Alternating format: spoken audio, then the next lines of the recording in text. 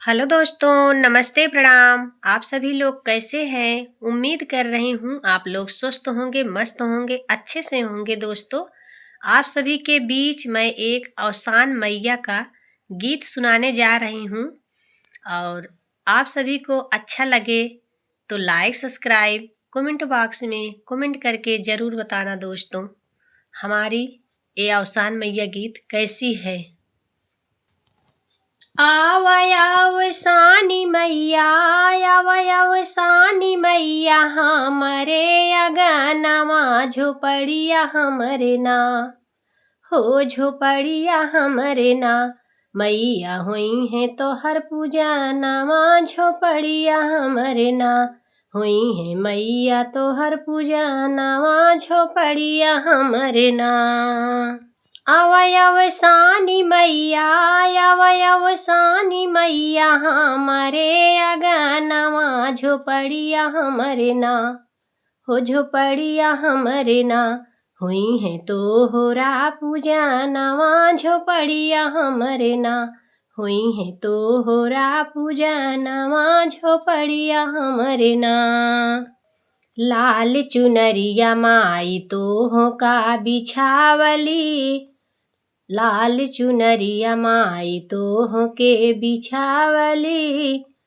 लाल लाल फूलवा से चौका सजवनी, लाल लाल चुनरी मा तो हो के बिछावली। लाल अढ़ौलवा से चौका सजवली। पनियो मीठवा से, पनिया मीठवा से काला सा भरवनी, अगनवा अपने ना, हो अगनवा अपने ना। मैया करबै तो हर पूजा नवा, झोपड़िया अपने ना। मैया करबै तो हर पूजा नवा, झोपड़िया हमरे ना। आवयाव सानी मैया, आवयाव सानी मैया, हमरे अगनवा झोपड़िया हमरे ना, हो झोपड़िया हमरे ना। हुई है तो होरा पूजा नवा, झोपड़िया हमरे ना।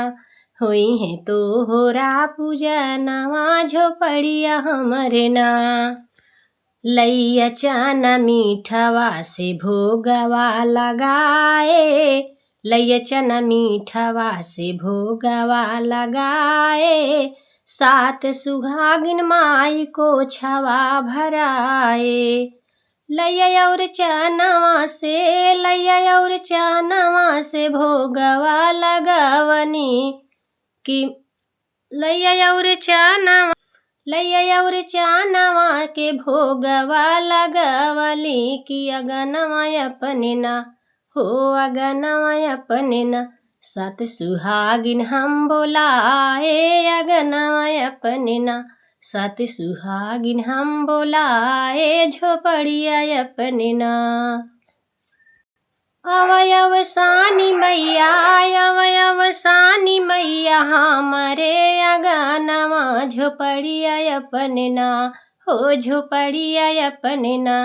तोहरा करब हम पूजा नवा, झोपड़िया अपने ना। सिंधुरा यो विदिया माई तो हो का चढ़ाए, सिंधुरा यो विदिया माई तो हो के चढ़ाए। सिंधुरा यो विदिया माई तो हो के चढ़ाए। सात सुहागिन माइयों के मांगिया भराए, सात सुहागिन के माई मांगिया भराए। घियन के दिया न माई, घियन के दिया न माई तो हो के जरवनी, अगनवा अपने ना, हो अगनवा अपने ना। करबै तोहरा पूजा नवा, अगनवा अपने ना। करबै तोहरा पूजा नवा, अगनवा अपने ना। हमारे औसान मैया का गीत अगर आप सभी को दोस्तों अच्छा लगे तो ज़रूर से ज़रूर हमारे उत्तम उत्कर्ष चैनल को आगे बढ़ाइए दोस्तों। आपसे मैं प्रार्थना करती हूँ कि हमारा भी सपोर्ट कीजिए दोस्तों और मुझे भी आगे बढ़ाइए।